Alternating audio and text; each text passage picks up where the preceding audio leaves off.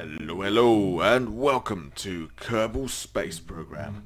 This is a brand new series on the channel. We're going to be taking a journey to land a Kerbal on every single celestial body that we possibly can in KSP. These are the rules that we're going to have set up for this save. So, most importantly, we're going to have the comms network enabled. So that will create more of a challenge, because we will need to have satellites up in there. The other thing is, missing crews respawn, not enabled. If they go, they go. They're done, not coming back.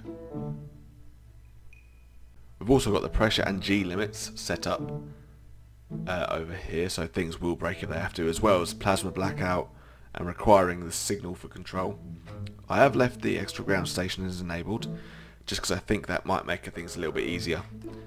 The other thing we have enabled on this save is a mod for life support, TAC life support, which is going to make it a bit more interesting with the fact that once crews die, they die. So we have got to keep them alive with this life support. I'm just going to put up a little list of all the mods I've currently got installed for this save. We probably won't be using all of them. Some of them are dependencies, some of them are ones that I've used for previous save games and whatever. The ones to note though are the TAC life support. Going to be using that, so that's going to make things more challenging, like I said before. MechGen we've got installed, although I'm really going to try and stay away from that as much as I possibly can and fly my own craft. And Kerbal alarm clock, that's going to be a good one to use as well. I think that's very handy. Simple, but it's very handy. So here we are, the very first mission we're going to be doing in this save, and the first thing we do need to do is set up a geostationary orbit with 3 satellites so we can start to establish our relay network. And this is the craft we're going to be using to do it. It's quite a small one. We've got a couple of SRBs strapped onto the sides there, and inside that fairing we have 3 satellites. So here we go, just gone for the launch. You'll see the satellites in a little bit. They're very simple ones. They are pretty much just a probe core, a relay satellite, and a few solar panels and batteries. Nothing more. Very simple. So we're just getting up to a low Kerbin orbit here, and just getting our node set up for a circularization.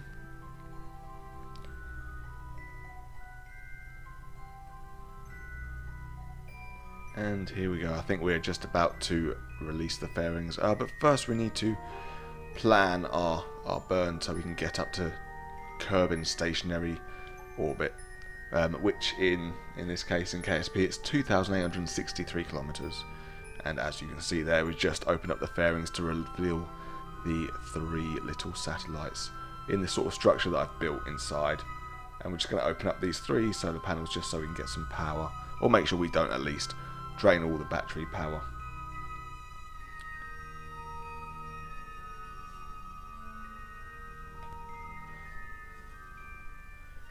Now I should say the way that I actually learnt how to do this was by a video from Matt Lone. I will probably link his video in the description because it gives a much more detailed way how to do this, but essentially you need to burn to get your apoapsis up to 2,863 kilometers, and then you need to burn again to obviously circularize that, or there's another way to do that, but this is the way that I've done it, is I've circularized at 2,863k. We're going to release a satellite, and then we're going to drop down our periaps, which you'll see in a moment, and we will go down a bit, do one orbit around the Earth, and then come back up to our apoapsis and release another or burn, and then release another satellite. So you end up in the end with essentially 3 satellites in a triangle formation. As you can see, we just burnt our periapsis down to an orbit of 1225 Ks, and that's what we do. So we do one more orbit around Kerbin, and that will give some separation between the 2 satellites.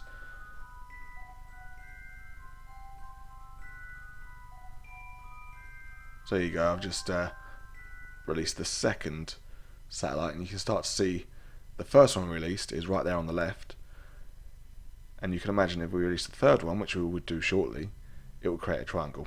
So here we go, burn down back to periapsis, one more orbit, burn back up with a slightly smaller craft now because we've separated,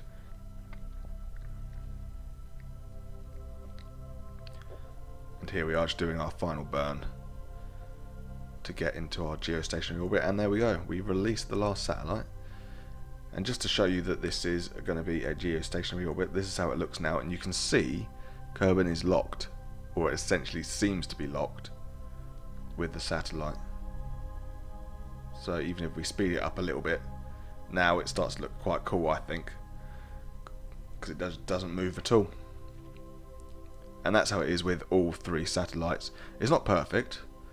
Not every orbit was perfectly in line or symmetrical, but we'll see how that sort of looks in a moment. There you go. So you can sort of see how it makes a triangle, and then it's obviously linked everywhere on the all the ground stations on Kerbin. And so that's all done now. So the very first thing we need to do is plant a flag on the moon. This is the craft we're going to be using, a slightly taller version of the one that we already sort of used. No SRBs on this one though. And we have young Jebediah, the most experienced pilot in all of Kerbin, to fly this one for us. Here we go, launching off now. This one's got a few more stages. And there you go, there's the first one. First one all gone. And the fairings on this one hold a little lander inside, but it's actually connected to the command module, which you might not think is a great idea, but it's just, I built this quite quickly, and just thought that would work, to be perfectly honest. So here we go, now we've got our little service module, doing our translunar injection there, or at least planning for it. Do the burn shortly.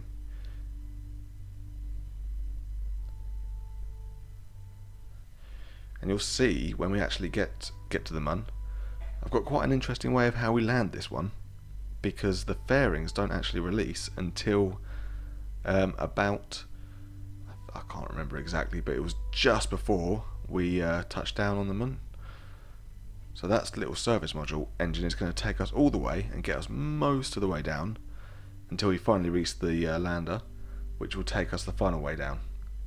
So here we are, we're just making our perieps drop a little bit so we can get a bit of a smaller burn just to circularise. Makes things a bit easier.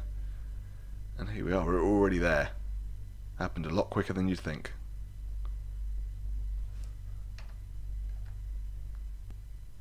And here we are, we're just doing our final burn to try and get down to the Mun's surface. And here you'll see what I was talking about earlier, so we're getting pretty close now. Still no lander in sight, but wait a minute. There it is. And we'll just free up the lander. They'll go down to the Mun's surface and get destroyed. Gives us plenty of room to just land this up. But one thing I didn't realise when I was doing this was how slanted the surface was where I'd picked to land. And there you go, the bits of debris. So it was a bit of a tricky one, trying to get this to land properly. And we're down. Oh, bouncing. Down again, bounce. And we're down, and we're down. So here we are, finally on the Mun's surface. Now it's time for young Jebediah to get out and have a look around. But first we must admire the beauty of the very lander that took him here to begin with.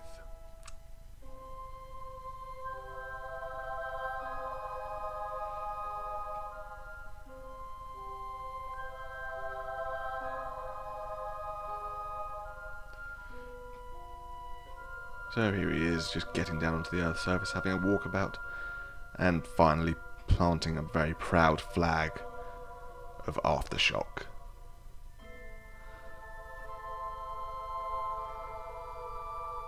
And here we are, a very brave Jebediah, being the first Kerbin on the Mun, in this save at least.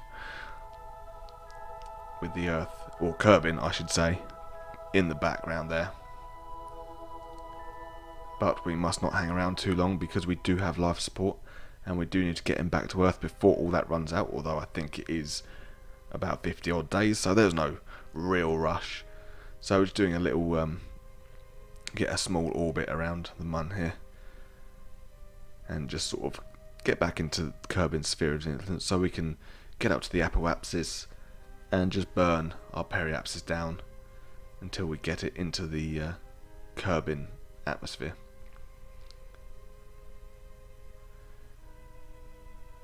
So here we are, just doing this one final burn. There we go. And nothing more to do now but wait. But luckily we have time warp, and that waiting time came on almost instantaneously, as did the descent into Kerbin's atmosphere. So that's going to conclude the end of today's video. If you have enjoyed it, please feel free to give us a like and subscribe. Thanks very much for watching, and we'll see you in the next one.